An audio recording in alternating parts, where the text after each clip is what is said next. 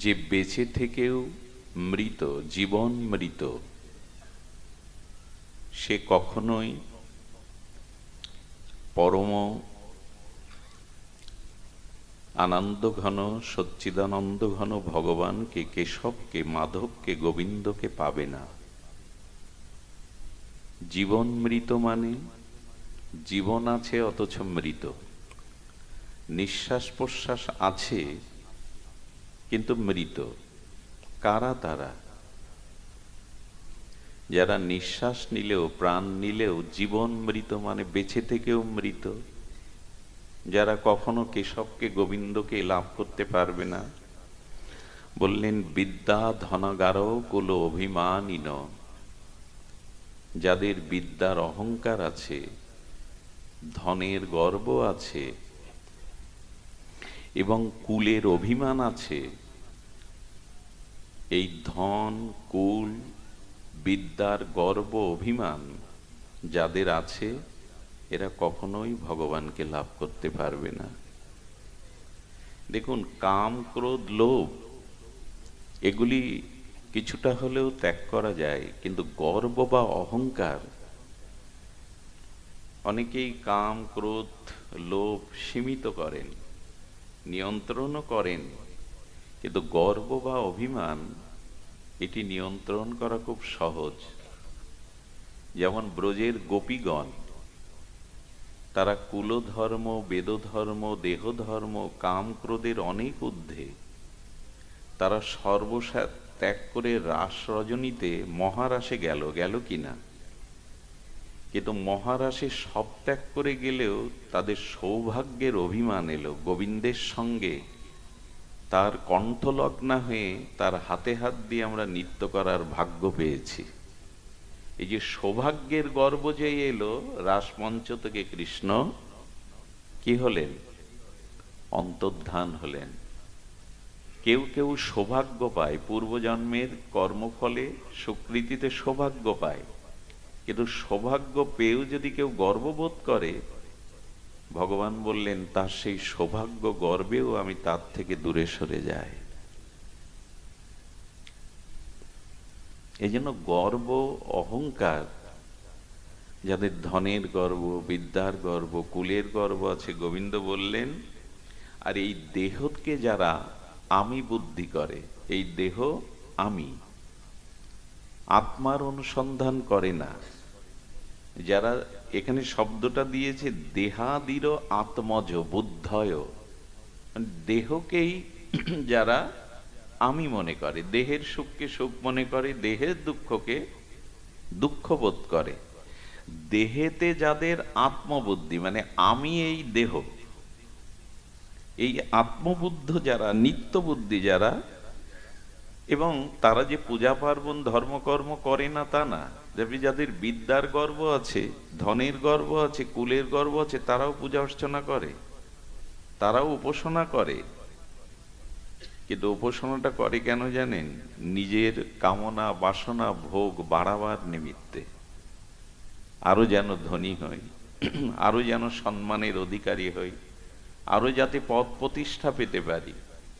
এই জন্য বলছেন ইষ্টান দেবান ফলাকাঙ্ক্ষিন, তারা ইষ্টদেবের আরাধনা করে কিন্তু নিজের কামনা পূরণের জন্যই করে। এরা ভগবানকে পায় না, এরা প্রেম ভক্তি প্রাপ্ত হতে পারে না, এবং এরা জীবন মৃত।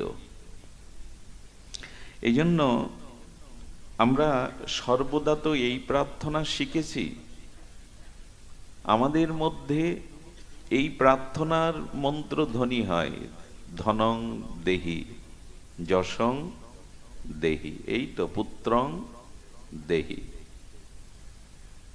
এই যে বাসনা পূরণ, এটি থাকলে গোবিন্দ প্রেম আসে না।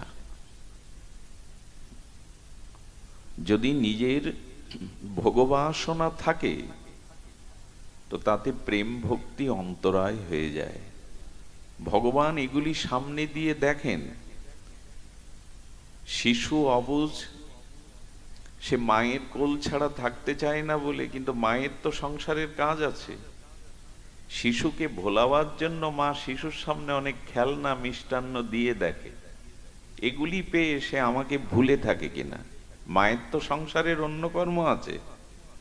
কিছু সন্তান দেখবেন মায়ের ওই খেলনা মিষ্টান্ন পেয়ে, খেলনা আদি দ্রব্য পেয়ে মার কথা ভুলে গিয়ে খেলাতে মেতে ওঠে। মা নিশ্চিন্তে তখন তার নিজের কাজ সম্পন্ন করে। কিন্তু কিছু সন্তান আছে ওগুলো পা দিয়ে হাত দিয়ে ছুঁড়ে ফেলে মা মা বলে কাঁদতে থাকে। তখন মায়ের আর সংসারের অন্য কাজ করার অবসর পান না। তো ভগবানও বললেন, আমার কাছে এসে আমার উপাসনা করে যারা নিজের ভোগ্যবস্তু আমার কাছে চায়, ধনং দেহি যশং দেহি, আমি ওদের বেশি করে এগুলি দিয়ে দেই, যাতে আমাকে ভুলে থাকে, ওইগুলি নিয়েই মেতে থাকে। এই জন্য ভাগবত উত্তম উদ্ধবের কাছে ভগবান বলেছিলেন, উদ্ধব, আমি কাউকে, কোনো ভক্তকে যখন কৃপা করি তার কি লক্ষণ? উদ্ধব বলছেন, প্রভু তুমি যখন কারো প্রতি কৃপা করো, করুণা করো, কি লক্ষণে বুঝবে যে তোমার করুণা ওই জীবের প্রতি হচ্ছে? মানে আপনার আমার প্রতি ভগবান যখন কৃপা বা করুণা করবেন তার কি লক্ষণ? বৃষ্টি হওয়ার আগে তো মেঘের লক্ষণ থাকতে হবে। ভগবান বললেন, আমার কৃপার প্রথম লক্ষণ হলো তার ধন বা ঐশ্বর্য, অর্থকে আমি আগে কেড়ে নেই, তার ঐশ্বর্যকে। আচ্ছা, সুদামা শ্রীকৃষ্ণের বাল্য বন্ধু, তাই না? তো তাকে এত মানে সুদামা আমাদের জগতের পরিভাষায় গরিব না, নির্ধনী না। যার কৃষ্ণ প্রেমধন আছে সে গরিব হতে যাবে কেন? যার ভাগবত ভক্তি আছে সেই ধনী। অর্থ থাকলেই সে ধনী না, বরঞ্চ সে আরো ভিখারি, যদি তার চাওয়া পাওয়া বেশি থাকে। কারণ যে চায় সেই তো ভিখারি। যে তো অধিক অর্থ থেকেও যার আরো 10 বিঘা নিতে হবে, আরো 10 তলা দিতে হবে, এই চাওয়াগুলো থেকে যায়, তো যে চায় সেই তো ভিখারি। তো ভগবান বলছেন, কৃষ্ণ প্রেমে ধনী যিনি, ইনি ভিখারি নন। এই জন্য সুদামাকে কেউ গরিব বলবেন না। অথচ ছেঁড়া কাপড়, 2-4 দিনে গৃহে কোনো হাড়ি জ্বলে না, 20 বছরে নিজের স্ত্রীকে সুদামা একটা ভালো কাপড় কিনে দেয়নি, বলে তাকে গরিব বলবো না? বলো না, উনি কৃষ্ণ ধনে ধনী। উনি দারিদ্রটাকে স্বীকার করে নিয়েছেন, কারণ ঐশ্বর্য হলে তোমার ভজন ভুলে যাব, বাড়ি গাড়ি বিষয় মানে সম্পত্তি এলে সময় পাবো না, তোমার কাছে ফুল জল দেওয়ার, তোমার উপাসনার সময় পাবো না। এই জন্য ভগবান বলছেন, আমি যখন বিশেষ রূপে কোনো ভক্তকে কৃপা করি তখন তার অর্থ ছিনিয়ে নেই। নিলে কি হয় জানেন? আপনার জীবনে যখন অর্থ থাকবে, ফুলের মধুর মতো ভ্রমর এসে চারিদিকে গুঞ্জন করবে। কিন্তু যখন অর্থ থাকবে না, সামর্থ্য থাকবে না, দেখবেন প্রিয়জনও ধীরে ধীরে দূরে সরে যাবে। তাতে উপকারটা কি হয় জানেন? এই যে এদের প্রতি মোহ ছিল, মায়া ছিল, যে কারণে ভগবানকে প্রীতিটা, ভালোবাসাটা দিতে পারছিলাম না। এই যে যখন অর্থ শূন্য হয়ে গেল, প্রিয়জনের মমতা আমার থেকে উঠে গেল, তখন ধীরে ধীরে ওই মনটা সে আমাকে দেয়। এটাই হলো আমার কৃপা, এটাই হলো আমার কৃপা। এখন ধন থাকুক, বিদ্যা থাকুক, কিন্তু অভিমান যেন না আসে। এই ধন বিদ্যা এগুলি আমাদের ফলাকাঙ্ক্ষা, ভগবত রুচিকে বিনষ্ট করে দেয়। এই জন্য অভিমান মানায় না, গর্ব আমাদের মানায় না। এই জন্য তো মহাপ্রভু আমাদের এমন একটা পরিচয় দিয়েছেন, পরিচয়টা যদি মনে প্রাণে মেনে নেন তাহলে অভিমান হবে না। আচ্ছা, প্রভুর সামনে তার দাস মাথা উঁচু করে কথা বলে? প্রভুর সামনে তার দাস কখনো মাথা উঁচু করে গর্বে কিছু বলে? এবং সে নিজেকে প্রভু জ্ঞান করে না, দাস জ্ঞান করে। এই জন্য মহাপ্রভু পরিচয় দিলেন, তুমি নিত্য কৃষ্ণ দাস। তোমার যেন অভিমান, গর্ব এগুলি মাথা উঁচু না হয়। আচ্ছা, হয় কেন গর্ব অভিমান? খুব মূল্যবান কথা, শ্রবণ করুন। আচ্ছা, তরঙ্গের পিতামাতাকে আত্মীয় স্বজন, বন্ধু বান্ধবকে তরঙ্গ মানে ঢেউ। ঢেউয়ের পিতামাতা আছে, ঢেউয়ের বন্ধু বান্ধব আছে, আত্মীয় কুটুম্ব আছে। মানে আমি বলছি নদীর তরঙ্গ, সাগরের ঢেউ, বলে ঢেউয়ের পিতামাতা আছে, ঢেউয়ের আত্মীয় স্বজন আছে জল। কারণ জল থেকেই ঢেউয়ের সৃষ্টি, জল থেকেই তার উৎপত্তি। জলই তো তাকে ধারণ করে নাকি? জল ছাড়া তরঙ্গ ধারণ হয়? জল ছাড়া তরঙ্গের সৃষ্টি হয়? খুব মন দিয়ে শুনুন কথাটি। আচ্ছা, জলের তরঙ্গ হবে না তরঙ্গের জল হবে? নদীর ঢেউ হবে না ঢেউয়ের নদী হবে? নদী না থাকলে ঢেউ হবে কি? জল তত্ত্ব না থাকলে তরঙ্গ হবে কি? তার মানে ঢেউয়ের বা তরঙ্গের পিতামাতা আশ্রয় হলো জল, এই তো। এখন জল ব্যতীত স্বতন্ত্রভাবে তরঙ্গ হতে পারে না। জল ছাড়া তরঙ্গ হয় কি? ঢেউ খেলে কি? তাহলে ঢেউটা, তরঙ্গটার জলটা আমরা দুটো নামে অভিহিত করছি, একটি হলো তরঙ্গ, একটি হলো জল। দুটো নামে অভিহিত করলেও, বস্তুকে দুরকম দেখালেও, আসলে তরঙ্গ জল ছাড়া কি অন্য কিছু? শব্দ তো দুটো, একটা জল একটা তরঙ্গ, একটা নদী একটা ঢেউ, এই তো।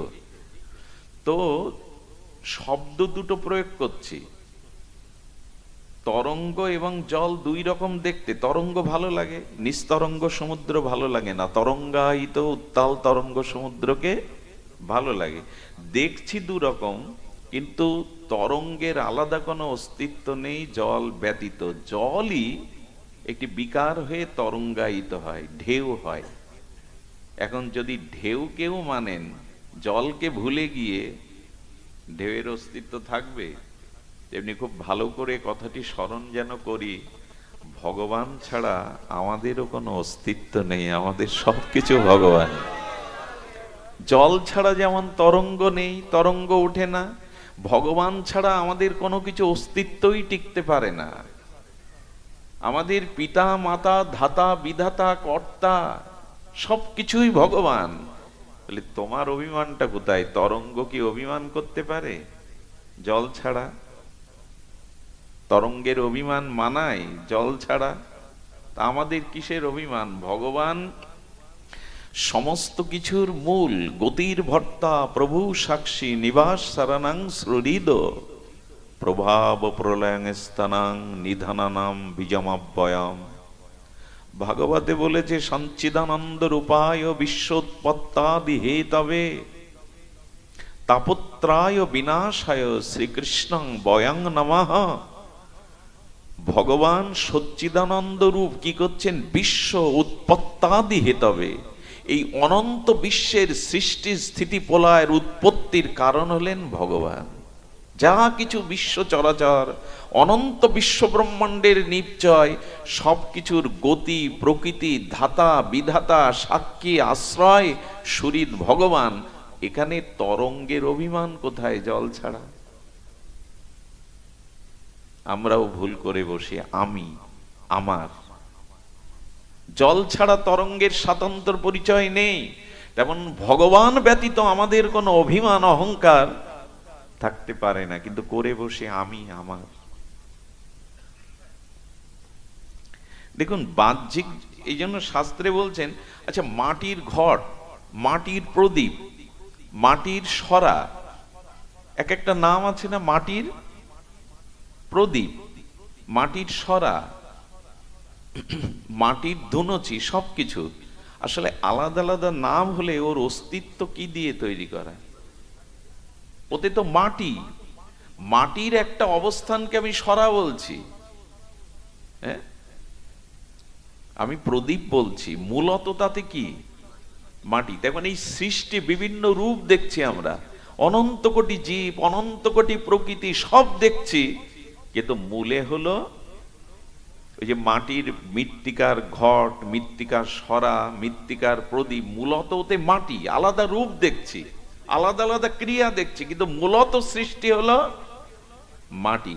তেমন এই অনন্ত পৃথিবীতে অনন্ত রকমের জীব প্রকৃতি দিচ্ছে, কিন্তু মূল হলেন ভগবান। আচ্ছা, আপনি যে গলায় চেন পরেছেন, গলার হার সোনার, কঙ্কন বা কানের দুল, এগুলো আলাদা আলাদা ডিজাইন না?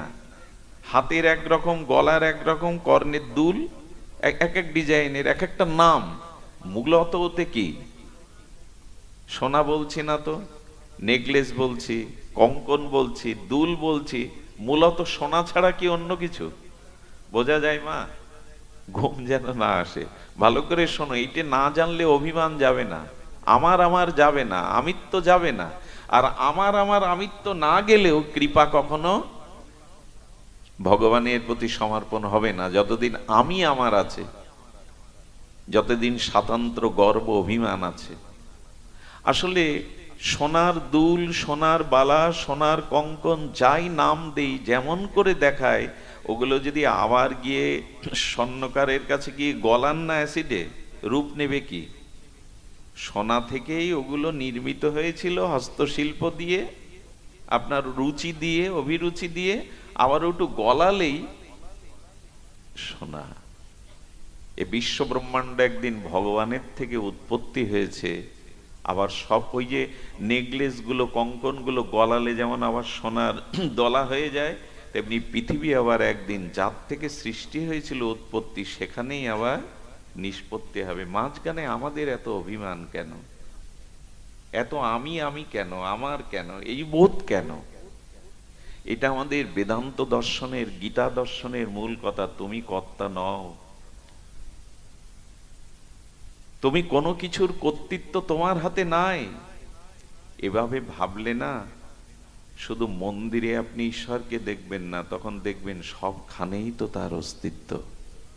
আচ্ছা, মাটির ঘটের মধ্যে বাইরে মাটি না ভেতরে মাটি? মাটির একটা ঘট, তার ভেতরে মাটি না বাইরে মাটি?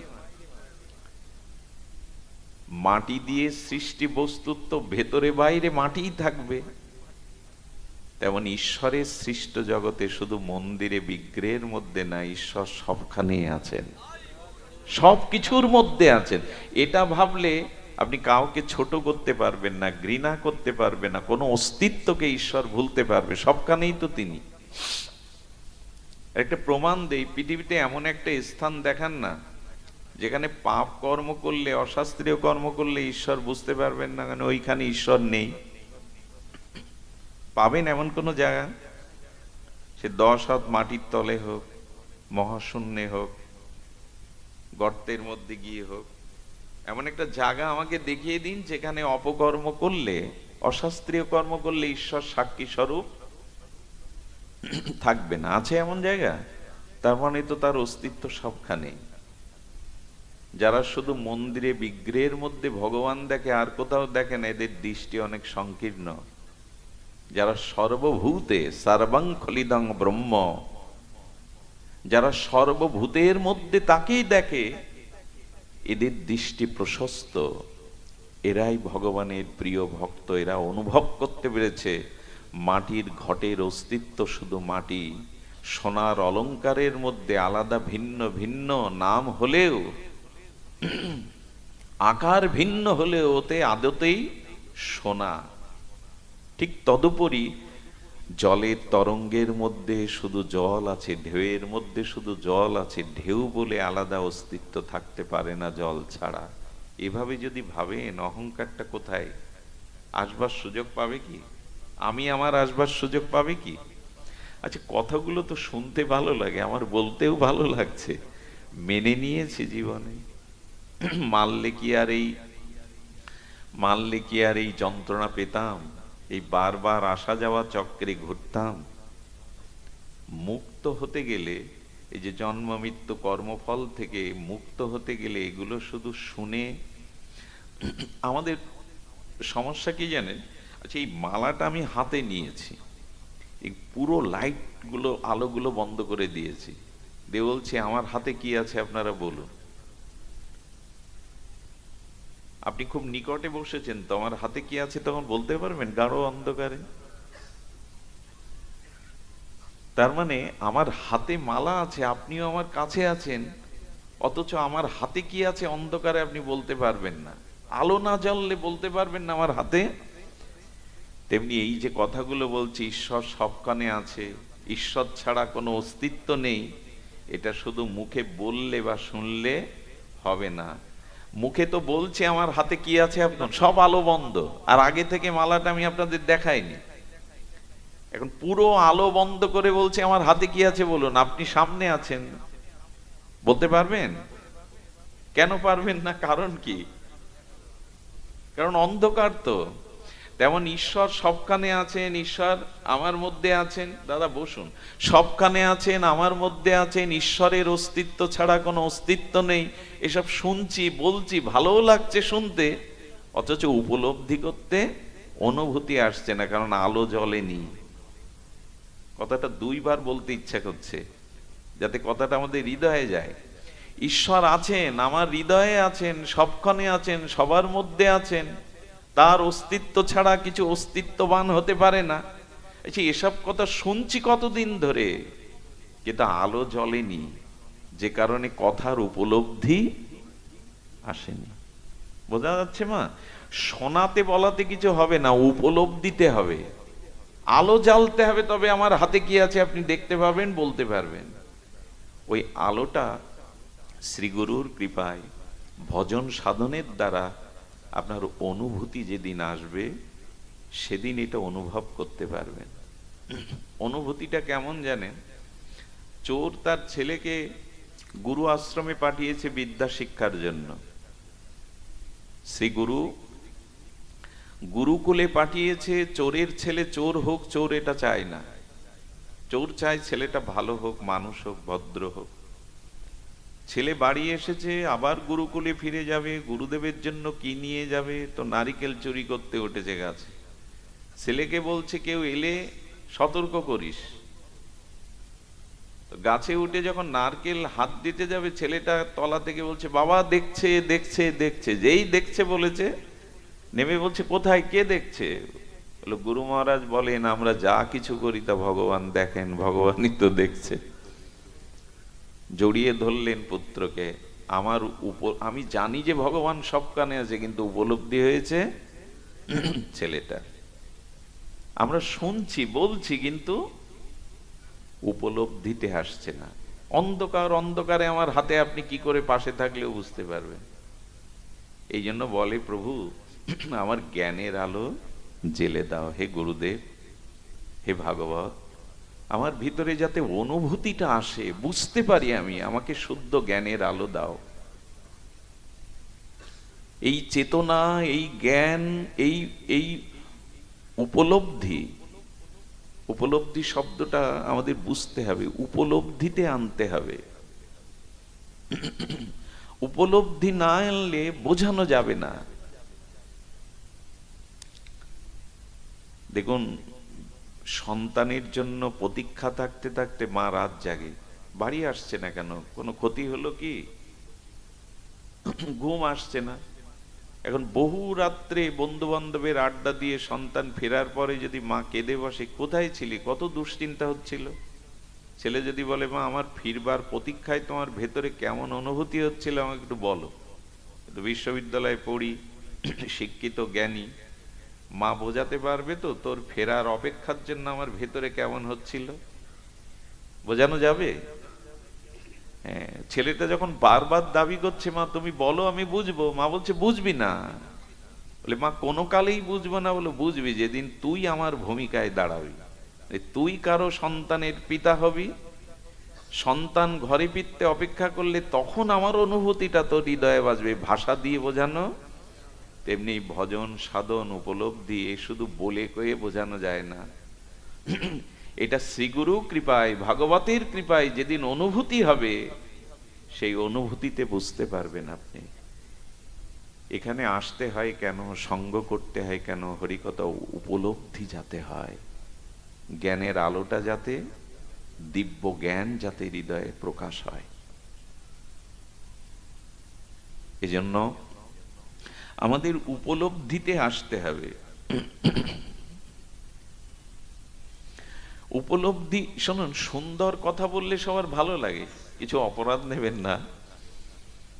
মায়েদের বিশেষ করে যদি বলেন মা তোমাকে খুব সুন্দর দেখাচ্ছে, এই একটা কথাই যথেষ্ট।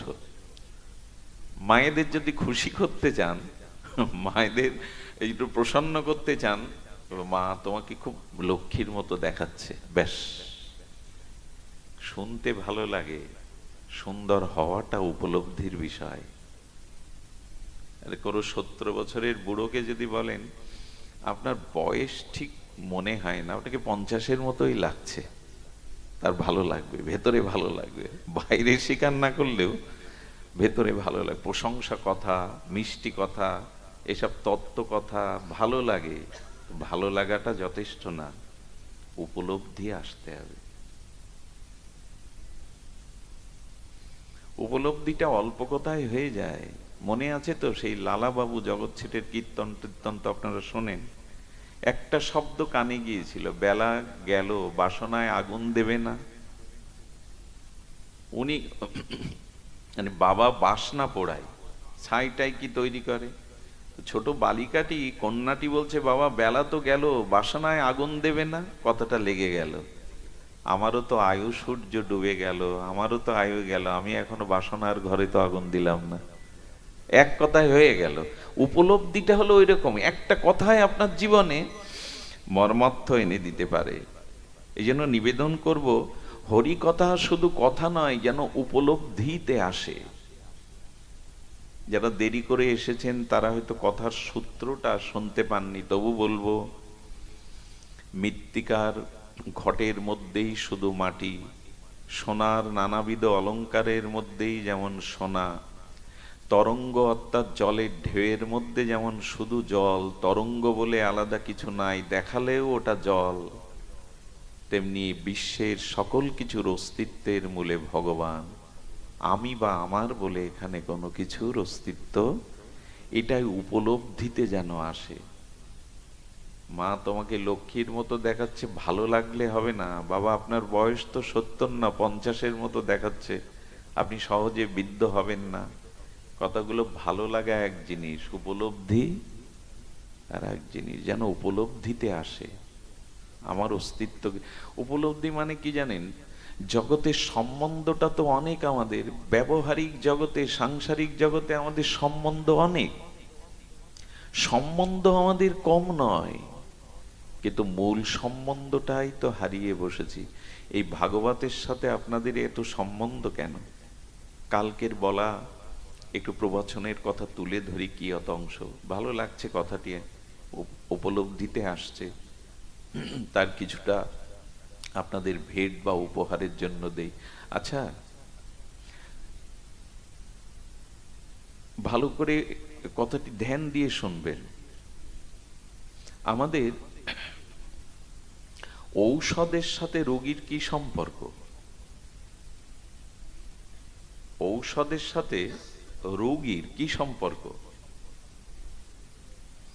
রোগীর সম্পর্ক ঔষধের সাথে এই জন্য যে ঔষধটা তাকে, রোগটাকে নিরাময় করবে, এই তো।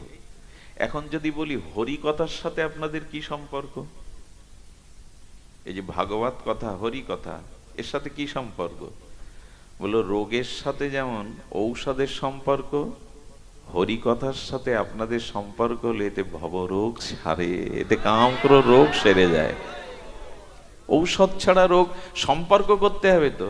আচ্ছা, ঔষধ হাতে নিয়েছেন, দেখছেন, ঔষধের নাম পড়ছেন, রোগ যাবে? যাবে কি? সম্বন্ধটা তো হতে হবে। ঔষধটা তো পাকস্থলিতে, ঔষধের সাথে রোগীর ওতপ্রোত সম্বন্ধ হলেই রোগ নিরাময়, যথার্থ ঔষধ হলে। যেমন হরি কথা যদি শুধু বাইরে বাইরে না নিয়ে ভেতরে নিতে পারেন, তখন রোগের সাথে ঔষধের যে সম্পর্ক রোগ নিরাময়ের, তেমনি হরিকথার সাথে সম্পর্ক যদি হৃদয়ের হয়, এখানে ভবরোগ ও মুক্তি পেয়ে যাবে। তবে ঔষধ আর রোগীর মধ্যে আর একজনকে থাকতে হয়। কি থাকতে হয়? ডাক্তার। এমনি এমনি ওষুধ খেলে কিন্তু, তার মানে এই তিনে এক, একে তিন। ডাক্তার থাকতে হবে, রোগী থাকতে হবে, ঔষধ থাকতে হবে। ঠিক ভাগবত ভজন সাধনও আমরা রোগী, ভবরোগের রোগী, অনেক জন্মের কামনা বাসনা দুর্বাসনার রোগী আমরা। এটাকে ভবরোগ বলে, ভবব্যাধি বলে। এই তো বারবার এই জগতে জন্ম মৃত্যু আসা যাওয়া ভবব্যাধি। এখন এর ঔষধও আছে, হরিনাম হরিকথা ভগবত ভজন। ডাক্তার হলো শ্রীগুরু বৈষ্ণব ভক্তজন, দিনের সাথে সমন্বয় থাকতে হবে, তবেই রোগ যাবে। হয়েছে কি সম্বন্ধ? আচ্ছা, এবার আরেকটা প্রশ্ন করি, জিজ্ঞাসা করি, ক্ষুধার সাথে খাদ্যের কি সম্পর্ক? ক্ষুধার সাথে খাদ্যের কি সম্পর্ক? আচ্ছা, ক্ষুধা যদি ঈশ্বর না দিতেন আমাদের, খাদ্যের সন্ধান কেউ করত? ক্ষুধাই নেই তো খাদ্যের সন্ধান কেন? তার মানে ক্ষুধার সাথেই খাদ্যের সম্পর্ক। ক্ষুধা আছে বলেই খাদ্যের প্রয়োজন, এই তো। কারণ ক্ষুধা নিবৃত্তি করে খাদ্যই, খাদ্য দ্বারা ক্ষুধাটা নিবৃত্তি হয়। তাহলে আমরা জানলাম, এগুলো খুব ভালো জানি আমরা। আচ্ছা, খাদ্যের সাথে ক্ষুধার সম্বন্ধটা কেউ জোর করে করিয়েছে আপনার? গা ধাক্কা দিয়ে, ঠেলে ঠুলে, প্রেরণা দিয়ে, আপনাকে খুব প্রশংসা করে করে প্রেরণা দিয়ে ঠেলে ঠুলে জোর করে করিয়েছে? ক্ষুধা লাগলে কেউ জোর করে খাদ্যের সাথে সম্বন্ধ করায়? এটা ভালো বুঝি, ওখানে জোর খাটাতে হয় না, উপদেশ লাগে না, ক্ষুধা লাগলেই খাদ্যের অনুসন্ধান করে। আমি বলি কি, ক্ষুধা দুই প্রকারের। একটা যেমন দেহের ক্ষুধা, অন্ন জল সবজি প্রসাদ, আমাদের আত্মারও একটা ক্ষুধা আছে। ওইখানে কেন এত জোর করতে হয়? আমাদের আত্মার একটা ক্ষুধা আছে, তবে সেটা সবজি অন্ন জল না। আত্মা চাই ভগবানের নাম হরি কথা, ভগবানের ভজন। এইখানে কেউ কিন্তু এই জন্য আসেননি আমাকে বসিয়ে বেশ পেট পুরে খেতে দেবে। এখানে এসেছেন আত্মার ক্ষুধা। আত্মার যে ক্ষুধা, হরি কথা হরিনাম, এটি আস্বাদনের জন্য। এত টাকা ব্যয় করে, শ্রম করে, এত পথ ক্লান্ত হয়ে কেন এসেছেন? সবার গৃহেই তো ভগবান দুমুঠো অন্নের সংস্থান করেছেন। এখানে মনের ক্ষুধা, আত্মার ক্ষুধার জন্য এসেছেন হরি কথা। এতে এত জোর করতে হয় কেন মানুষের? জগতের ক্ষুধার সাথে খাদ্যের সম্পর্কে কেউ প্রেরণা দেয়নি, জোর করেনি, উপদেশ দেয়নি, ওটা স্বাভাবিক। এখানে যদি বলা হয়, এখন হয়তো রাতের আহারটা করেননি, কিন্তু দুই বেলা তো আমরা প্রত্যেকেই আহার করেছি, সকালে বা এর মাঝেও বা কত আহার করে ফেলেছি, এটা ওটা টুকটাক। আহার করতে কারো বলে দিতে হয় না, প্রেরণা দিতে হয় না, অথচ আত্মার খাদ্য ভগবানের নাম ভগবত উপাসনা, সেখানে কেন এত বলে কয়েও হচ্ছে না? তার মানে কি জানেন, ক্ষুধা না থাকলে যেমন খাদ্যের অন্বেষণ করতো না, খাদ্যের কথা মনেও পড়তো না, তেমন যতদিন হৃদয়ে ক্ষুধা না জাগবে আত্মায়, ততদিনে আপনি ভগবানের নাম রূপ লীলা খোঁজ করবেন না। এখানে তারাই এসেছেন যাদের ওই ক্ষুধাটা জেগেছে। আরে মানুষ একটু ক্ষুধার জ্বালা সহ্য না করতে পেরে মানুষ আত্মহত্যাও করে। ক্ষুধার জ্বালা এমন, অনেক বড় মানুষও ভিখারির ন্যায়, কাঙালের ন্যায় হাত পাতে ক্ষুধার জন্য। আত্মার ক্ষুধা যদি জাগতো, তাহলে ভগবানকে, ভগবানের উপাসনা, ভগবানের নামের, কারণ ক্ষুধার সাথে খাদ্যের ওতপ্রোত সম্পর্ক, বলে কয়ে জোর করে কেউ করেনি, ওটা স্বাভাবিক। তেমন আমাদের ভেতরের ক্ষুধা যদি আত্মক্ষুধা থাকতো, বলা লাগতো না, জোর করা লাগতো না। ওই ক্ষুধা নিবৃত্তির জন্য আমরা ভগবানের নাম রূপ সর্বদাই গ্রহণ করতাম। খাদ্যের সাথে ক্ষুধার সম্পর্ক জোর করে নয়, কিন্তু আত্মার ক্ষুধাটা আমাদের জাগেনি। খুব ভালো লাগে যখন আপনারা আসেন হরিকথায়, ভালো লাগে এই জন্য, প্রসন্ন হয় এই জন্য, ভগবান আনন্দিত হয় এই জন্য, আপনাদের মূল ক্ষুধাটাই জেগেছে। আত্ম ক্ষুধা যদি না জাগে, তো জল তো সবখানেই আছে, পিপাসা না লাগলে জলের সন্ধান কে করবে গো? আগে তো পিপাসা, আচ্ছা পিপাসার সাথে জলেরও তো একই সম্পর্ক। যদি পিপাসা না দিতেন ভগবান, তো জলের খোঁজ করা তেমন কবে ভগবানের পিপাসা জাগবে, তার নাম রূপ লীলা শ্রবণ কীর্তনের পিপাসা জাগবে। এটি জাগলেই সে সন্ধান করবে, সে খোঁজ করবে। এই জন্য শাস্ত্রে বলছেন ক্ষুধার সাথে খাদ্যের সম্পর্ক সম্বন্ধটা তেমন এখন প্রশ্ন হচ্ছে, এই সম্বন্ধগুলো যেমন ওতপ্রোত তেমন ভগবানের সাথে আমার সম্বন্ধটা ওতপ্রোত। 700 সম্বন্ধ ভগবানের সাথে আমার, চিরন্তন সম্বন্ধ। এই জন্য অনুরোধ করব, আত্মার ক্ষুধা জাগান। তবে ক্ষুধা কখন জাগে জানেন, লোভ কখন জাগে জানেন? বাজারে পাল মিষ্টান্ন ভান্ডারে হয়তো মিষ্টান্ন সাজানো, আপনি আসছেন সামনে দিয়ে, আচ্ছা আলমারির মধ্যে মিষ্টি দেখলে লোভ যে জাগে না তা না, কিন্তু ওই লোভ বেশি জাগে কি? পথচারী যখন দোকানের মধ্যে সাজানো দেখে লোভ খুব জাগে কি? কিন্তু লোভ কখন জাগে জানেন? যখন আমার সামনে বসে, একদম সামনে বসে ওটা আপনি জিহ্বায় আস্বাদন করেন, তখন লোভ সামলানো বড় মুশকিল হয়ে পড়ে। তো এই আত্মক্ষুধা কবে জাগবে জানেন? ভগবানকে জানার আস্বাদনের পিপাসা কবে জাগবে জানেন? ওই যে আমার সামনে বসে মিষ্টান্নটা কেউ জিহ্বায় দিলে, রস আস্বাদন করলে তখন লোভ সামলানো দায় হয়ে পড়ে। তেমনি যার লোভ জেগেছে সেই সাধুর কাছে, সন্তের কাছে, মহাভাগবতের সামনে বসে তার মুখে যখন এই লোভময় হরি কথা শ্রবণ কীর্তন করবেন, এই রসের কথা, ভাবের কথা, তখন আপনারও লোভ জাগবে, এই লোভ সামলানো যাবে না, লোভ জেগে যাবে। আমিও যদি এভাবে একটু ভজন করতে পারতাম, আমিও যদি তাকে এভাবে আরাধনা করতে পারতাম। লোভ জাগাবার এটাই উপায়। যার লোভ জেগেছে, যে ওটি আস্বাদন করছে, তার সামনে গিয়ে বসতে হবে।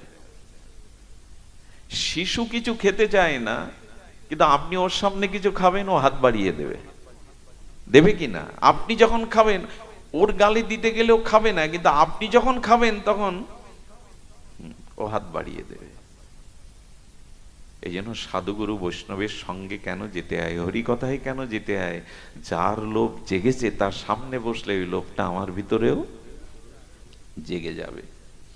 এই জন্য আপনাদের এইটুকু শুধু আমরা জানাতে চেষ্টা করছি, ক্ষুধা বাড়ান, ক্ষুধার সাথে খাদ্যের সম্পর্ক, তেমন আত্ম ক্ষুধার সাথে ভগবানের নাম রূপ লীলার সম্বন্ধ করে নিন। আর এই জগতের যে সম্বন্ধ, দেখুন একটি জিনিস বলি, আমরা কি অপূর্ব কথা দেখুন। আচ্ছা, আমার জীবনের দিনটা অতিবাহিত হয় কয় ঘন্টায় সীমাবদ্ধ? দিন রাত 24 ঘন্টা। 24 ঘন্টা কোনো বস্তুই কি সবসময় আমি সাথে রাখি? বাড়ি হোক, স্ত্রী হোক, পুত্র হোক, দোকান হোক, টাকা হোক, অফিস হোক, রাখি কি? 6-7 ঘন্টা ঘুমে ওদের ছেড়ে থাকি, তখন তো নিজের শরীরও ছেড়ে থাকি, শরীরের কথাও। বাড়িও কি যখন অফিসে যায়, দোকানে যায়, বাড়ির সাথে যায়, সিন্দুক সাথে যায়, বউ ছেলে মেয়ের সাথে যায়, ছেড়ে তো থাকতে হয়। এদের সাথে আর কত সময়, এখন ব্যস্ত জীবন, মানুষের নাগরিক জীবন, ব্যস্ত জীবন, বউ ছেলে মেয়েকে সময় দেওয়ার সময় এখন খুব মানুষের কম। কিন্তু এত 6 ঘন্টা 7 ঘন্টা ঘুমিয়ে থাকি, সব ভুলে থাকি, বাণিজ্যে থাকি, অফিসে থাকি, কর্মে থাকি, এদের সাথে খুব বেশি সময় দিতে পারি না। কিন্তু আমার স্ত্রী আছে, পুত্র আছে, বাড়ি আছে, ব্যাংক ব্যালেন্স আছে, এগুলো কি ভুলি? দূরে সরে গেলেও কি ভুলে যায়? তো কথা বলবেন। কখনো ভুলি না। কারণ কি জানেন? এদের সাথে সম্বন্ধটা অস্তিত্বে মিশিয়ে নিয়েছেন। আমি বিবাহিত, আমার পুত্র আছে, আমার কন্যা আছে, আমার বাড়ি আছে, টাকা আছে, আমার সাথে এদের সম্বন্ধটা আপনার খুব গাঢ়ভাবে করে নিয়েছেন। আমার বাড়ি, আমার টাকা, আমার স্ত্রী, আমার পুত্র। এই জন্য আচ্ছা, 2 বছর বিদেশে যে যাই বউ ছেলে মেয়ে রেখে, সেও কি ভুলে যায় যে আমার বউ ছেলে মেয়ে নাই? ওরা যে বেশি মনে পড়ে। এত দূরে সম্পর্ক নেই, তাকে চোখে দেখছো না, কিন্তু সম্বন্ধটা মনে থাকে কিনা? তো ভগবান বললেন, আমাকে দেখো আর না দেখো, আমার থেকে দূরে নাই তুমি, আর আমি তোমার হৃদয়ে রয়েছি, কিন্তু আমাকে তোমার মনে পড়ে না কেন জানো? আমার সাথে সম্বন্ধটা তুমি অটুট করনি। যেমন বিয়ে করে স্ত্রীকে স্বীকৃতি দিয়েছো, আমাকে ওভাবে স্বীকৃতি দাওনি, নাহলে নানান কাজের মধ্যেও তুমি আমি ভগবানের, ভগবান আমার, এই কথা তুমি ভুলতে না। বোঝাতে পারলাম না কথাটা? খুব মার্মিক কথা। সব সময় এরা আমার সাথে থাকে না, কিন্তু মনে থাকে আমার স্ত্রী আছে, আমার পুত্র আছে, সম্বন্ধটা আমি খুব গাঢ়ভাবে করে নিয়েছি, অস্তিত্বের সাথে মিশিয়ে নিয়েছি। আমার স্ত্রী, আমার পুত্র, আমার বাড়ি, আমার টাকা। ভগবান বল কি ওই রকম অস্তিত্বের সাথে আমাকে মেশাও না, তাহলে নানান কাজের মধ্যে থাকলেও তুমি ভুলে যাবে না। আচ্ছা, এটা না হোক, কোন স্ত্রীকে যদি কেউ ডিভোর্স বা তালাক দেয়, একই গ্রামে বিয়ে করেছিল, তালাক কোর্ট থেকে সেপারেট হয়ে গেল, তো ওই স্ত্রী ওই গ্রামে থাকে, স্বামীও ওই গ্রামে থাকে, কিন্তু শুধু সম্বন্ধটা কোর্ট থেকে বিচ্ছিন্ন হয়েছে। তখন কি দেখা হলো, মাঝে মাঝে তো দেখা হয় রাস্তায়, বাজারে, তখন কি আর আগের মতো ওই ভাবটা কাজ করে? সেও তো আছে, আপনিও আছেন, কাজ করে না কেন বলুন তো?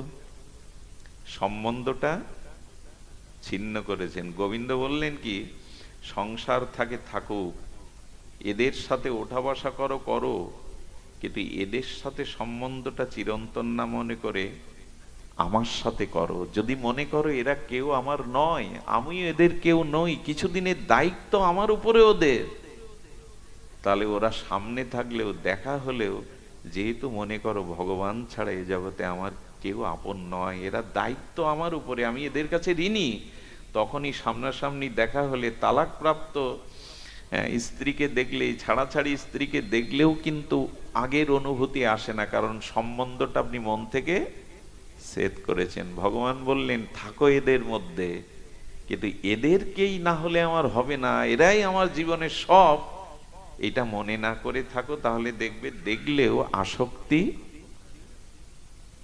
কত সুন্দর করে বুঝিয়েছেন আচার্যরা,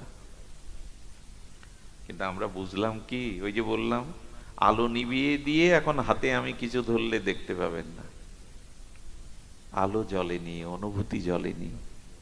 এগুলো অনুভূতির বিষয়। এই জন্য আমাদের এই জগতে কোনো কিছু স্থায়ী নয়। নিদ্রা স্থায়ী নয়, আহার স্থায়ী নয়, সম্বন্ধ স্থায়ী নয়, কোনো কিছুই জগতে, সুখটাও স্থায়ী নয়, দুঃখটাও স্থায়ী নয়। এমনকি এখন যদি বলেন হরিকথা খুব ভালো লাগছে, এটাও স্থায়ী নয়। ভালো লাগার নাম করে যদি আমি আরো 4 ঘন্টা বসাই, পারবেন না, মনে মনে আমার প্রতি অখুশি হয়ে যাবেন, পেছন থেকে উঠতে শুরু করবে, কারণ এটাও স্থায়ী নয়।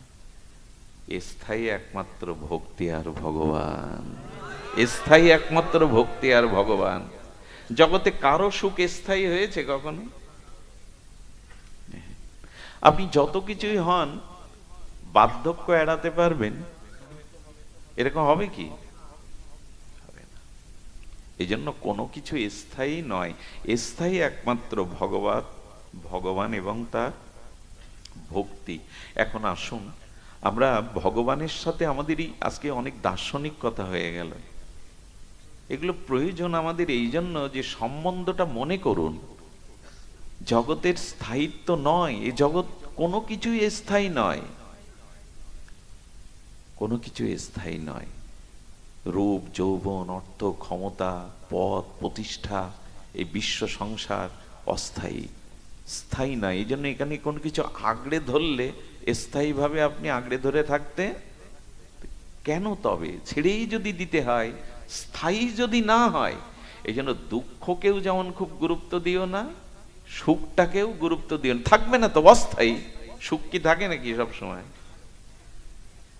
দুঃখও চিরদিন থাকে, তো যা চলে যাবে, যেটা শাশ্বত সত্য, স্থায়ী নয়, তাকে জড়িয়ে ধরার কি আছে? জল হাতের মুঠোয় বদ্ধ করে রাখতে পারবেন? জলকে হাতের মুষ্টিবদ্ধ করে রাখতে পারবেন? সংসারের কোন বস্তুই আপনি মুষ্টিবদ্ধ করে। মাইকেল জ্যাকসনের কথা মনে আছে? প্লাস্টিক সার্জারি করেছিলেন কোটি কোটি টাকা ব্যয় করে, কালো রূপ ঢেকে দিয়ে, শেষে মৃত্যু রহস্যটাও উন্মোচন হলো না। আত্মহত্যা করলো কি কেউ ঔষধ খাইয়ে মারলো? মরতে তো হলো। কোটি কোটি ডলার দিয়ে রূপ ঢেকে কি হবে? কোনো কিছু স্থায়ী নয় এখানে, তুমি যত বড়ই হও। পদ, প্রতিষ্ঠা, সুখ, দুঃখ, এ জগতের কোনো কিছু স্থায়ী নয়।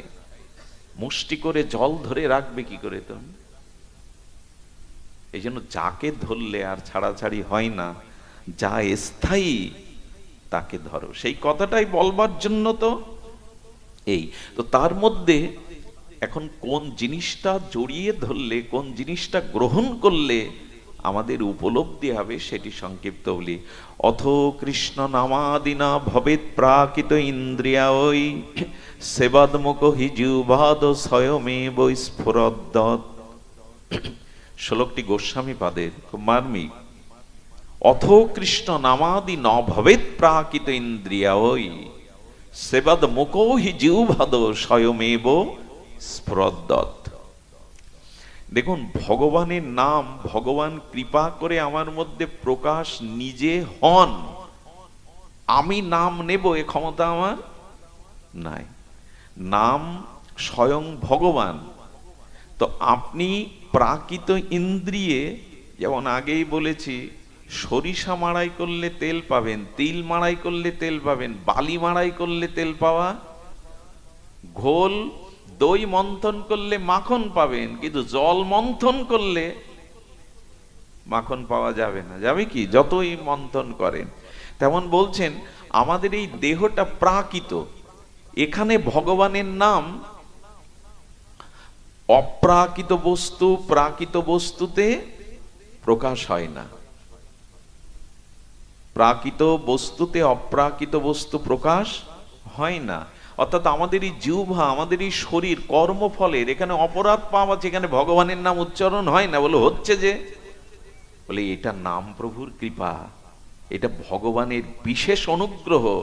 এই জীবগুলো জন্ম জন্মান্তরের পাপ করেও যদি নাম বলার শক্তি না থাকতো, এরা উদ্ধার হতো না। তাই ভগবান আমার অযোগ্যতাকেও, আমার এই প্রাকৃত ইন্দ্রিয়তেও নিজে প্রকাশ হচ্ছেন স্বয়ং।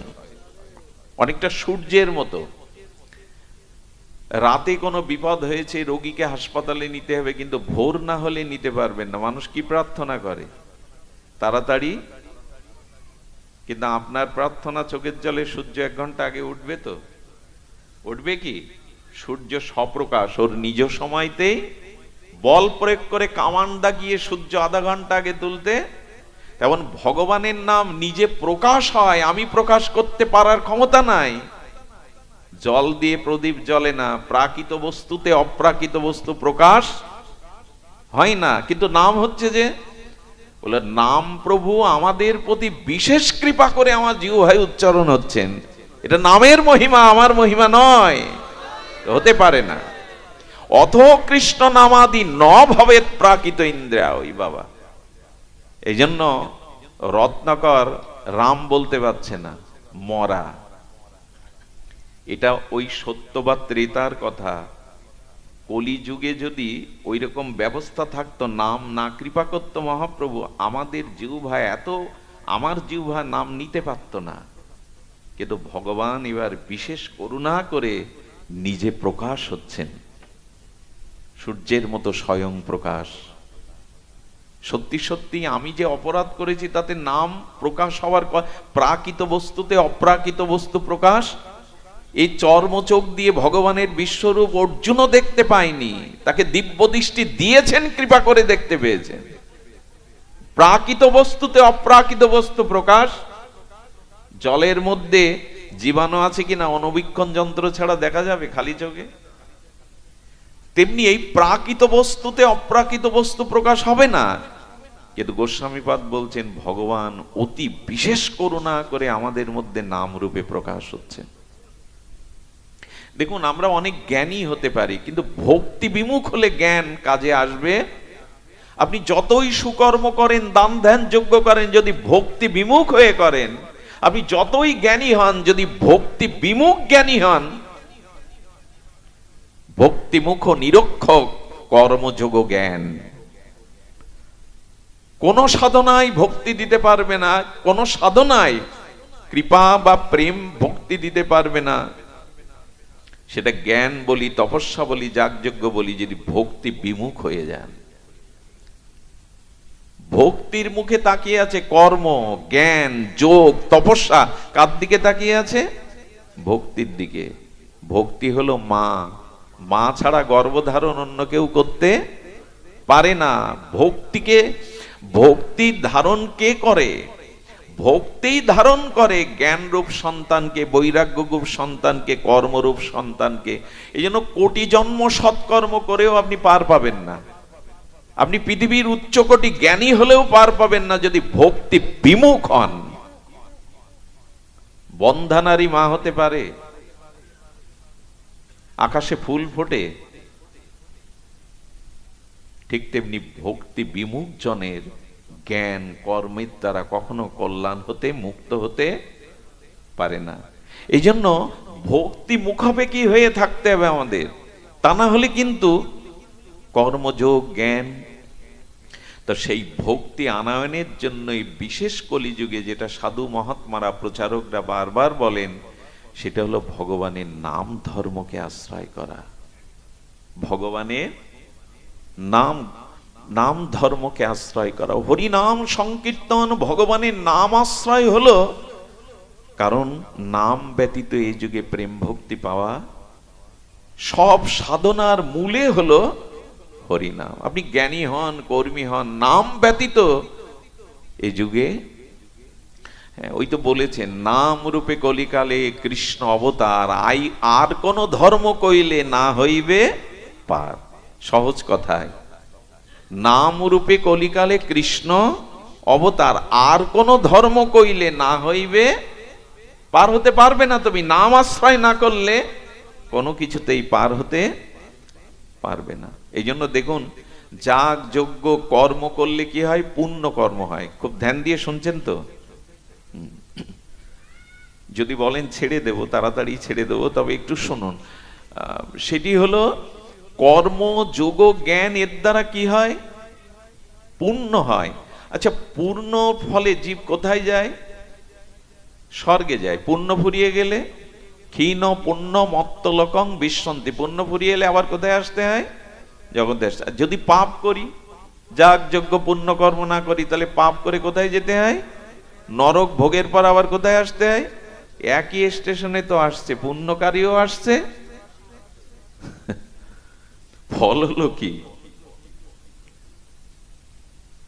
কথাটি কি বলে ইংরেজিতে? নোট করে নেওয়া, আন্ডারলাইন না কি বলে যেন, আমি তো মূর্খ, জানি না শব্দগুলো। একটু হৃদয়ে আন্ডারলাইন করে রাখুন, চিহ্নিত করে রাখুন কথাটি। পুণ্য করলেও পুণ্য ফলে স্বর্গে গিয়ে, পুণ্য ফুরিয়ে গেলে আবার এই স্টেশনে, এই জগৎরূপ মায়াময় জগতে। আর পাপ করলেও পাপ নরক থেকে ভোগ করে আবার ভোগ করতে আসতে হবে। আচ্ছা, অতি পুণ্য করলে লোক স্বর্গে যায়, আর অতি পাপ করলে নরক যায়। পাপ পুণ্য যাদের সমান সমান, তারা কোথায় যায়? তাদের আবার এই জগতে পাপ পুণ্য ভোগ করতে আসে, যেখানে যান ফিরে। কিন্তু গোবিন্দ বললেন, নাম আশ্রয় করলে, ভাগবত আশ্রয় করলে, আমার চরণ আশ্রয় করলে পুণ্য না, আমি তাকে প্রেম ভক্তি দিয়ে দেব। সেখান থেকে আর এই জগতে তাকে আর আসতে হবে না। ব্রহ্ম ভুবনা লোকা পুনরাবর্তিন সহার্জুন মামুপেট্ট তু কন্তেও পুনর্জন্ম ন বিদ্যাতে। ব্রহ্মালোকে গেলেও তোমাকে আবার ফিরে আসতে হবে, কিন্তু আমাকে পেলে আর এই জন্ম মৃত্যু চক্রে তোমাকে আসতে হবে না। ভক্তি চাই, পুণ্য না। এখানে বারবার ফিরে আসতে হবে। পুণ্য ফুরিয়ে গেলে আবার পাপ ভোগ করেও আবার যেতে হবে এমন জায়গায় যেখানে জরা মৃত্যু ব্যাধি বারবার আসা যাওয়া, কর্মফল নেই। গোবিন্দ সেটা জানিয়ে দিচ্ছেন। ব্রহ্ম ভুবনালোকা পুনরাবর্তিন সোহার্জুন। ব্রহ্মালোকে গেলেও তোমাকে ফিরে আসতে হবে। তো সেই ভক্তির আশ্রয় করবার জন্য সর্বশ্রেষ্ঠ সাধন এই যুগে হরি নাম আর হরি কথা। এটি আশ্রয় করতে কেন এত বিলম্ব আমাদের? এই জন্য নাম আশ্রয় ব্যতীত অন্য কোনো ধর্ম করলে বলছেন পার হওয়া যাবে না। দেখুন, এই নাম আশ্রয় ছাড়া ভক্তি হবে না, প্রেম হবে না। কারণ সাধ্য সাধন তত্ত্ব যা কিছু সম্বল, হরিনাম সংকীর্তনে মিশালো সকল। মহাপ্রভু বলছেন যা কিছু সাধন সম্বল সব এক হরিনামের মধ্যেই দিয়ে গেলাম। এই জন্য অনুরোধ করব যে দূরে থাকলেও, সবখানে থাকলেও যেমন স্ত্রীর কথা ভুলে যান না, আপনি বিবাহিত, আপনি কারো পিতা ভুলে যান না। ভগবান বললেন নামের সাথে অস্তিত্বটা মিশিয়ে নাও, যাতে সর্বদা নামটা স্মরণ থাকে। দেখুন, নাম অভ্যাস এমন জিনিস। আমাদের এই কলকাতাতে এক মাতাজি ছিলেন, প্রসিদ্ধ আমাদের পাহাড়ি দাস বাবাজি মহারাজের আশ্রিত, বৃন্দাবনের। তো সেই গৃহিণী মা এত মালা জপ করতেন, এত নাম জপ করতেন, সব সময় জপের মধ্যে থাকতেন। তার বৌমাকে কি বলল জানেন? আমি যদি অসুস্থ হয়ে পড়ি, তখন তো মাটিতে নামাতো, শ্বাস উঠলে খাট থেকে যখন মাটিতে নামাবে, আমি যদি ভুল করি সেই সময় নামের মালাটা আমার হাতে ধরিয়ে দিও। বৌমাকে বলছেন, বৌমা আমার এই অনুরোধটুকু, যখন আমাকে মাটিতে নামাবে মালাটা আমার হাতে ধরে। কি বলবো আপনাদের, এতটা জপ করতেন, হাতটা এভাবে বেঁকেই গিয়েছিল, আর সোজা করতে, চিন্তা করতে পারেন কতটা, হাতে এইভাবে মালা নিয়ে জপ করতে করতে হাতটা এইভাবে বেঁকে সোজা করতে পারতেন না। তো ওনার আইসিইউতে নেওয়া হলো। আইসিইউতে কি আর মালা রাখবে? কিছুই তো রাখবে না, মালা হাতে নাই। যখন ডাক্তার বললেন উনি বাঁচবেন না, কি করবেন? ছেলেরা বলল মাকে আইসিইউ থেকে বের করুন, শেষবারের মতো আমরা মাকে। তার তখন তার মধ্যে তার মূর্ছিত হয়ে পড়েছেন, হয়তো প্রাণটা আর 1-2 মুহূর্ত আছে। তো সেই সময় যখন বাইরে বের করেছে, তখন বৌমার চোখে জল, মনে পড়েছে মা তো বলে গিয়েছিল, কি বলবো, এই প্রসাদী মালাটা যেই হাতে আঙুল ধরিয়ে দিয়েছেন, অচেতন তো, ডাক্তার বলেছেন আর হয়তো কিছুক্ষণ থাকবেন, বাঁচবেন না।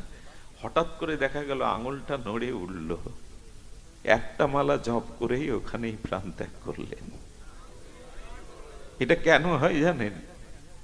ভগবান বলেছেন যারা আমার নাম অভ্যাস করে, সর্বদা নামের মধ্যে থাকে, মৃত্যুর সময় যদি তার দেহে কোনো সাড়াও না থাকে, আমি তার হয়ে তার নামটা করে নেই। সারা জীবন তো সে আমাকে ডেকেছে, আমি তার হয়ে নামটা করে নেই। অনেক সময় সারা জীবন নাম করেছে, কিন্তু মৃত্যুর সময় হয়তো দেহে অসাড় হয়ে গেছে, বাকশক্তি রুদ্ধ হয়ে গেছে। ভগবান বললেন তখন ডিউটিটা আমার, দায়িত্বটা আমার, আমি ওর হয়ে নামটা করিয়ে নি। সারা জীবন যে আমাকে হৃদয়ে রেখেছে, জিহ্বায় রেখেছে, সে ভুলবে কেন? সে ভুলবে কেন? আমি শুনেছি বৃন্দাবনের মহাত্মাদের মুখে যে হাসপাতালে মূর্ছিত হয়ে অজ্ঞান করা হয়েছে, তবু আঙুল কর গুলছেন, এত নাম করেন, তাদের আঙুলগুলো সঞ্চালিত হয়, সঞ্চারিত হয়। আর এই নামের মহিমা কি বলবো। সিদ্ধ গৌর কিশোর দাস বাবাজি, লোক প্রণাম করে, সিদ্ধ মহাত্মা, ভজনের সময় পান না। প্রণাম নেবেন না হরিনাম করবেন? আর ইট কাঠ দিয়ে ঢাকা, লতাপাতা দিয়ে ঢাকা, তার মধ্যে 1 মাস নাম করেছিলেন। ওনার এক শিষ্য ওনার অপ্রকট হওয়ার পরে ওই জায়গায় প্রণাম করে নাম করতে বসতেই দেখেন ইট কাঠ লতা থেকেই দিব্য নাম ভেসে আসছে। দিব্য নাম ভেসে আসছে। ভেসে আসছে কেন জানেন? লোহাতে যদি চুম্বক বারবার ছোঁয়ান, বারবার ছোঁয়াতে ছোঁয়াতে লোহাটার মধ্যেও কিছুক্ষণে চুম্বকের ধর্ম চলে যায়। নাম অপ্রাকৃত, এত অপ্রাকৃত, ইট কাঠগুলোর ভেতরেও নাম ধ্বনিত হচ্ছে। এই জন্য এইটুকু যদি আমাদের অলসতা আসে না, যদি নামের রুচি না আসে না, তাহলে কিন্তু আমাদের তপস্যা আমরা করতে পারবো না। দান ধ্যান যজ্ঞ আমাদের দ্বারা সম্ভব নয়। তপস্যা যোগ ক্রিয়া ধ্যান আমাদের জন্য, এই যুগের জন্য নয়। এই জন্য অনুরোধ করব, নাম নিন। সেই শবরী মাকেও বলেছিল মাতণ্ড ঋষি মা, জঙ্গলে বসে বসে কুটির করে জয় রাম জয় সিয়ারাম জয় সিয়ারাম এই নাম জপ কর, একদিন নামই তোর দুয়ারে আসবে। সারা জীবন নামাচার্য হরিদাস ঠাকুর হরে কৃষ্ণ মহামন্ত্র 3 লক্ষ নাম জপ করলেন, শেষে মৃত্যুর সময় শ্রীকৃষ্ণ চৈতন্য উচ্চারণ করে দেহ রাখলেন। কেন জানেন? সারা জীবন তুমি হরে কৃষ্ণ বলেছ, যাওয়ার বেলায় শ্রীকৃষ্ণ চৈতন্য কেন? বলে রাধা কৃষ্ণ মিলিত নামের পূর্ণ মূর্তি হলেন মহাপ্রভু। নাম করলে যে নামীকে পাওয়া যায়, হরিদাস দৃষ্টান্ত দেখিয়ে গেল। এই দেখো, আমি নাম আশ্রয় করেছিলাম, তাই নামই আমার বিশ্রাম সময়ে তার কোলে তার চরণ দুখানা হৃদয়ে রেখে আমি চলে গেলাম। নাম করলে নামীকে মিলিয়ে দেয়, নামের মধ্যেই তো নামী। এই জন্য শেষের দিনে নামীকে নামিয়ে আনে। নাম শব্দের অর্থই হলো নাম নামায়তি ইতি। যিনি নামীকে নামিয়ে আনেন তার নামই হলো নাম। নাম নামায়তি ইতি, অর্থাৎ যিনি ভগবানকে টেনে আমার কাছে নামিয়ে আনেন, এরই নাম নাম। এ কথাটা তো সত্য। এখন যদি আমি বলি কার্তিক বাবা এদিকে আসুন, আপনি আসবেন? নামই তো ডেকে আনে। উনি আসবেন কখন? যখন ওনার নাম ধরে ডাকা হচ্ছে। তো জগতেরও তো এই নিয়ম, নাম ধরে ডাকলেই সে কাছে আসে, ভগবানের নাম নিলেই নামই নেমে আসে তার কাছে। নাম নামায়তি ইতি, সেই নামটা নেওয়া অভ্যাস করুন। আমাদের দ্বারা অন্য কিছু সম্ভব না, নাম আশ্রয়, নাম আশ্রয়।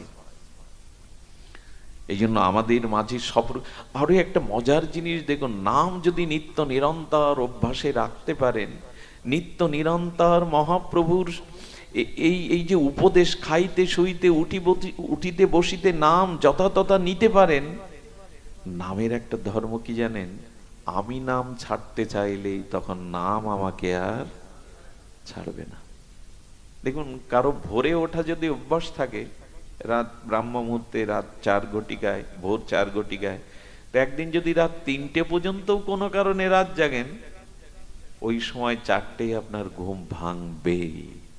না উঠতে পারলেও ঘুমটা কে ভাঙায়? ওই সময় ঘুমটা অভ্যাস। এই জন্য নিত্য নিরন্তর নাম অভ্যাস করুন। এক সময় আপনি নাম না নিতে পারলেও, আপনি নাম ছেড়ে দিতে চাইলেও, এই বিখ্যাত এই কথাটি ঠাকুর হরিদাস জগৎকে শুনিয়েছিল, কাজী আমি নাম ছাড়তে চাই, নাম আমাকে ছাড়ে না। ভগবানের স্বভাব কেমন জানেন? পুতনা যখন কৃষ্ণকে ছলনা করে কালকূট বিষ পান করার জন্য কোলে তুলে নিয়েছেন, এক পলক একটু স্নেহ দৃষ্টিতে গোবিন্দের মুখ দেখে পুতনা রাক্ষসীরও মনে এলো, সত্যিই যদি তোকে মা রূপে কোলে নিতে পারতাম, এসেছি তো রাক্ষসী রূপে, তোকে বিষ পান করাতে, সত্যই যদি তোকে পুত্র রূপে কোলে, এইটুকু কেবল এক ঝলক একটু প্রীতি গোবিন্দকে দিয়েছিল। কিন্তু গোবিন্দ যখন তার প্রাণ টেনে নিচ্ছে, বিশেষ সাথে তার প্রাণটা টেনে নিচ্ছে, প্রাণ কেউ দিতে চায়? প্রাণ সহজে কেউ দিতে চায়? তখন পুতনা কৃষ্ণকে ছুঁড়ে ফেলতে যাচ্ছে, ছাড় ছাড় ছাড়, প্রাণ নিয়ে নিচ্ছে। গোবিন্দ তখন হেসে বললেন, আমার একটা স্বভাব আছে, কেউ যদি একবার আমাকে ধরে, তবে সে ছাড়তে চাইলেও আমি আর তাকে ছাড়ি না। আমার একটা স্বভাব আছে, যে একবার আমাকে ধরে, সে আমাকে ছাড়তে চাইলে আমি আর তাকে। কি অপূর্ব ভগবানের কৃপা! একবার আমাকে যেন তেন ভাবে ধরো, তারপরে তুমি ছাড়তে চাইলেও আর আমি তাকে ছাড়ি না। এটা তার করুণা, তার কৃপা। একবার নামটাকে আশ্রয় করুন, দেখবেন আপনি নাম ছাড়তেই, এই যে হরি কথাকে আশ্রয় করেছেন না, পারবেন না। যেখানে হরি কথা দেখবেন, হ্যাঁ, বুকে যন্ত্রণা হবে না যেতে পারলে, ব্যথা অনুভব হবে। একবার যারা হরি কথা হরি নামকে জড়িয়ে ধরেছে, আর সে ছাড়তে পারবে না। আরো কথা কি জানেন? যারা নিয়মিত আপনারা আসেন দূর দূরান্ত রাত জেগে, শুধু এই জন্মে আসছেন না, আপনাদের আশাটা অনেক জন্ম ধরে অভ্যাস, এই জন্য আসছেন। এক জন্মের স্বীকৃতিতে হরি কথাতে রুচি হয় না, অনেক জন্ম ধরে যাদের অভ্যাস, তারাই কেবল আসে, হঠাৎ এগুলো হয় না। গোপীরা বলেছিলেন, ভুরিদা জনা, যারা তোমার কথা মাধব বলে, তারা এক জন্ম ধরে বলছে না, তারা বহু জন্ম ধরে তোমার নাম রূপ লীলা প্রচার করছে। এক জন্মে এটি হয় না। আর যারা তোমার কথা শ্রবণ করছে ভালোবেসে, তারাও বহু জন্ম ধরে শুনছেন, এবং এই জন্মে যে অভ্যাসটা করে যাচ্ছেন না, আগামীতেও যদি জগতে আসতে হয় তবে জানবেন এই হরি কথা আর হরি নামের নেশা আপনাকে ছাড়বে না। টেনে আপনাদের কোথায় নদী আর কোথায় সাগর বলুন তো? কত আঁকা বাঁকা না নদী। আচ্ছা, আঁকা বাঁকা নদী দেখে একবারও মনে হয় না এই জল কোথায় যাচ্ছে, কত আঁকা বাঁকা। কিন্তু নদী জানে আঁকা বাঁকা যতই থাক, পথ যতই বক্র হোক, আমি সাগরে যাবই। তেমন আবার যদি কোনো জন্মে যেখানেই জন্ম নেন, এ জন্মের হরিনাম হরিকথা আগামী জন্মেও আপনাকে নদীর মতো সাগরে নিয়ে যাবে, এই হরিকথায় নিয়ে যাবে, ওখানে আপনাকে আবার নিয়ে যাবেই। এই যে আসছেন বারবার, এটাও গত জন্মের এই অভ্যাস ছিল। নদী যতই আঁকা বাঁকা থাক, সাগরে সে যাবেই, সাগরে তাকে যেতেই হবে। সাগরে না মিশলে তার পূর্ণতা নাই, তার প্রাপ্তি নাই। তেমন এই হরি কথাকে যারা একবার বহু মানন করে শ্রদ্ধা ভরে হরি নামকে গ্রহণ করেছেন, নাম আপনাদের নিয়ে যাবেই সেখানে, নাম আপনাদের নিয়ে যাবেই। সবশেষে বলি, সংসারের চিন্তা কামনা বাসনা নিয়ে খুব বেশি মজে থাকলে আমরা মূল কাজটা করতে পারবো না। কৃষ্ণ ভজনের জন্য দেহটা পেয়েছিলাম, ভগবত ভজনের মুখ্য সময় এটি। সবশেষে একটি প্রহ্লাদ